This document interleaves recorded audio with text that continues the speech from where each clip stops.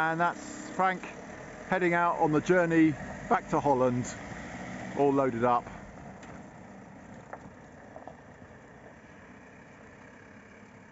It's about -2 at the moment, but once he's on the B roads it'll be fine.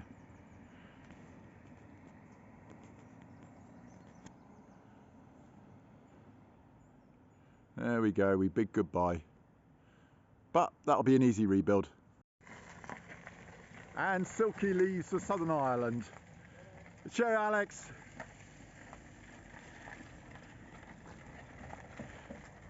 So heading off to Dublin now. Well, I'm sorry to see her go, but glad she's staying in the family.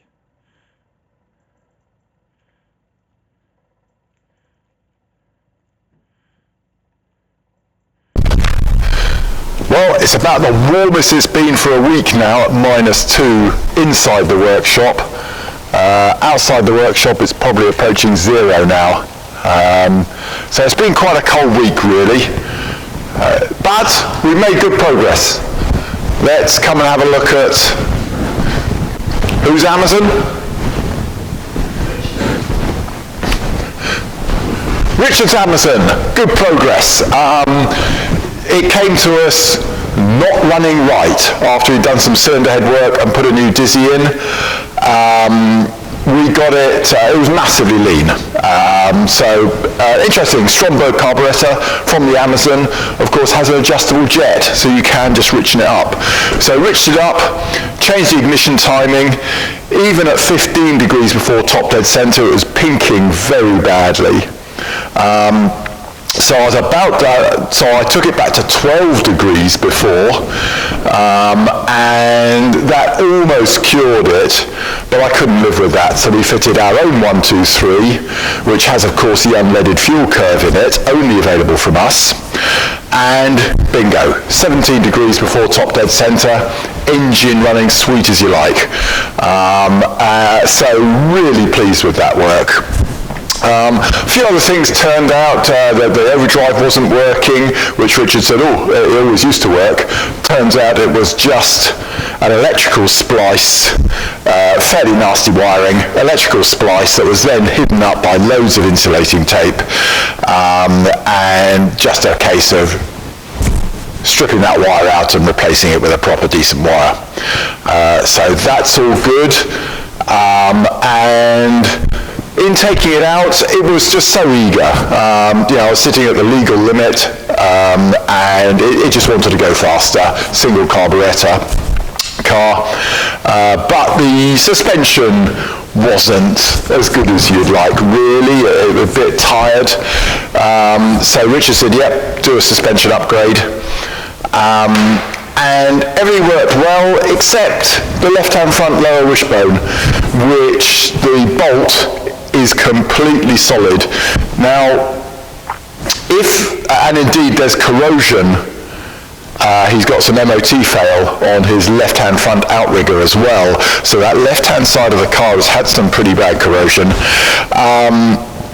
Generally, if you can swing around on the bolt end, you take the nut off, the lower wishbone bolt, and then get a 1 meter pry bar on the end of it, you can usually get it to move a little bit. And once you've got it to move a little bit, then you can start pouring diesel on both ends, and that will creep and allow you to free it off. Even with my 1 meter pry bar, couldn't get it to move at all. In other words, it hasn't corroded between the bolt and the bush sleeve. It appears to have corroded between the bolt and the cross member, and therefore you don't want to go mad with it, because you could well just end up with an unusable car. So we've done all the bushes except for the left-hand lower wishbone, and what we're going to do is send it away with Richard's instruction to, ideally every week, squirt some diesel on both ends of the bolt, and hopefully that will creep in, and in a year's time we may be able to get that bolt out. But that also shows that the rest of it was well timed, because now all the bolts are in there, A, with stainless steel nuts, and B, with a copper slip all over them. So they're going to be beautiful now. So we're really looking forward to taking this out for a test drive.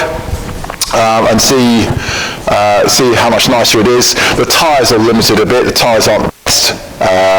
Continentals are not great tyres, are they? But besides that, so really pleased with that. We've been making progress on reducing the amount of rubbish we have here.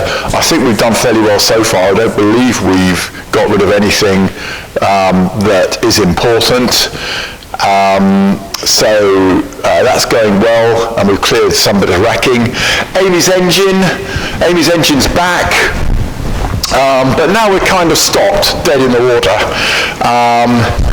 for two reasons. The real one is that we had a bit of a rush of engines at the end of the year, and therefore I've run out of camshafts. Of course, they come from America, so they take weeks to get here and clear customs. So we're just waiting for those to come through. But even if I had the camshaft, we've had another shipment just from Germany. So our usual shipment from Germany arrived in the UK 2 days after ordering. How many weeks have been waiting for it now to clear customs? 5. 5 weeks. 5 weeks it has been sitting in the UK waiting for UK customs to clear it. Forgive me if any of you voted Brexit. This is what you've got. Don't hold that against me. I still appreciate the fact that you're Volvo owners. Okay, so that's kind of sitting here. We've got all the pistons ready to go. Nice Marlers, genuine Marlers, which we love. So far happier using Marlers than forged pistons, but sadly we're forced into forge these days.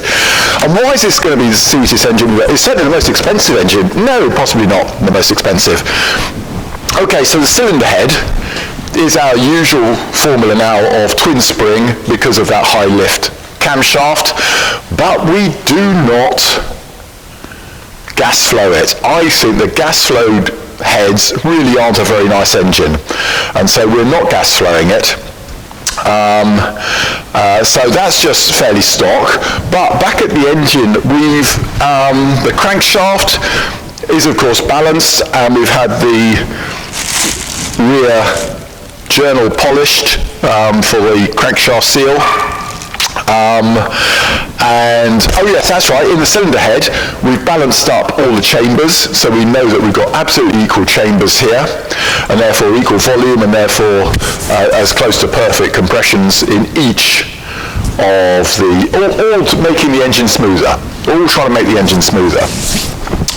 The reciprocating weights are balanced to within 0.2 of a gram. So that again is smooth. We'll be running a 5 kilogram flywheel when that shipment from Germany arrives. And we've always liked the 5 kilogram flywheel. Question is though, bearing in mind Amy's gone from the B20 engine down to the B18 to make her eligible for the Land's End the Rally of the Tests, RAC Rally of the Tests results. So she's lost a load of torque and power. Will the 5 kilogram flywheel then need her to slip the clutch a load more?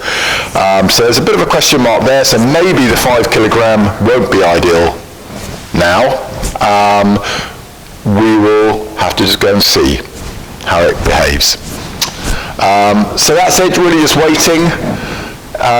Built up a gearbox for her, a new M40. We've got another M40 K10, that's a big lay shaft one, in reserve. And those dogs are going mad. I'm just going to let them out. Oh, come on. Thank you.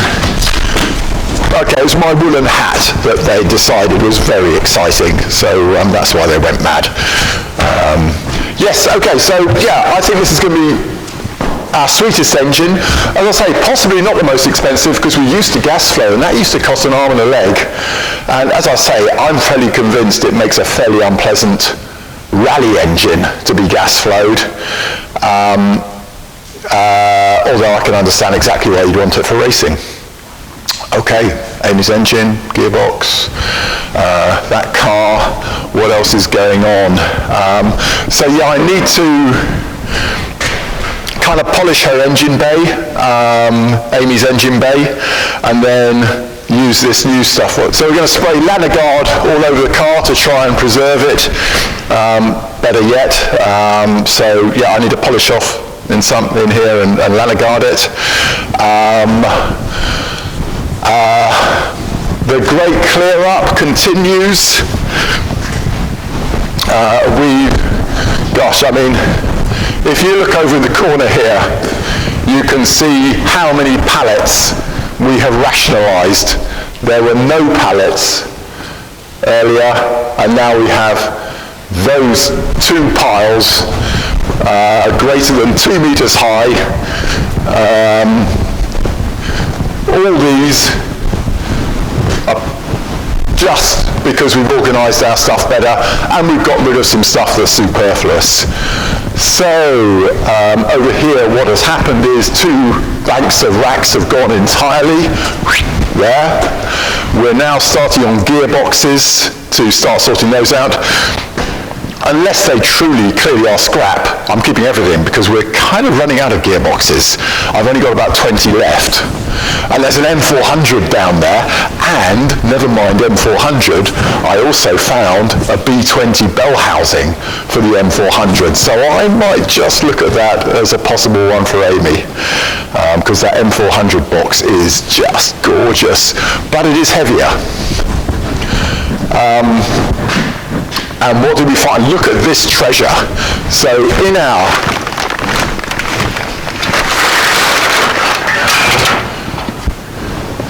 look at this.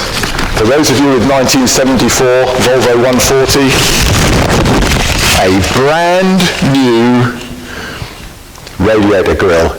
Is that not gorgeous? I just love that. I just think that's amazing. So there we go, that. We're going to call up George and see if he would like first dibs on that, because I suspect he might like that for his car. So that was lovely. What else did we find? That's kind of it for the, we've been working on the car quite heavily recently, so we haven't done much work here. I don't think there's anything really else that was truly exciting apart from that M400 gearbox.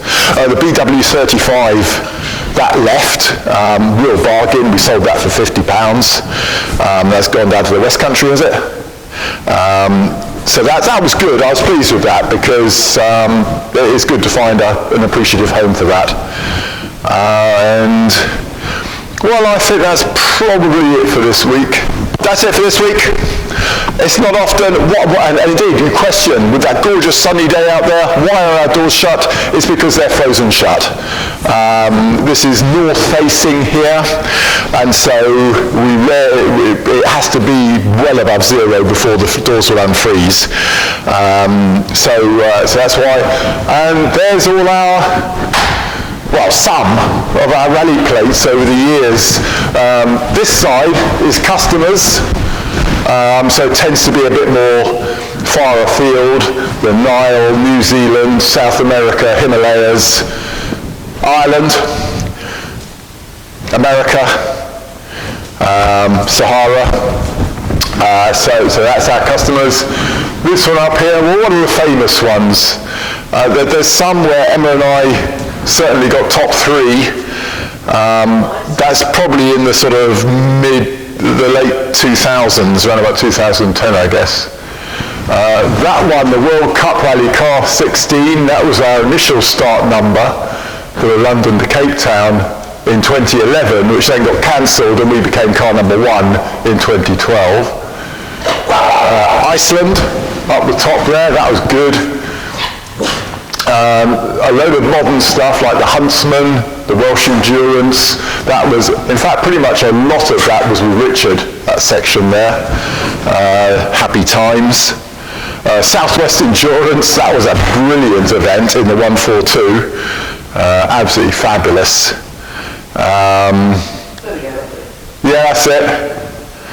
That's enough of that. You're probably bored by now. Well, there we go. Yeah, it's lunchtime soon. I'm just waiting for some stainless steel nuts to come in, a pair of stainless steel. I've run out for some reason for 9/16 UNF Nylock nuts. We just need 2 of them, so I'm just waiting for those to come in so we can then take Richard's car out for a test. So that's it. Right, let's put it on the internet. We'll talk to you. Gosh, I'd probably do a Christmas one next week, although it may be a yacht-based one instead of a car-based one. Bye-bye.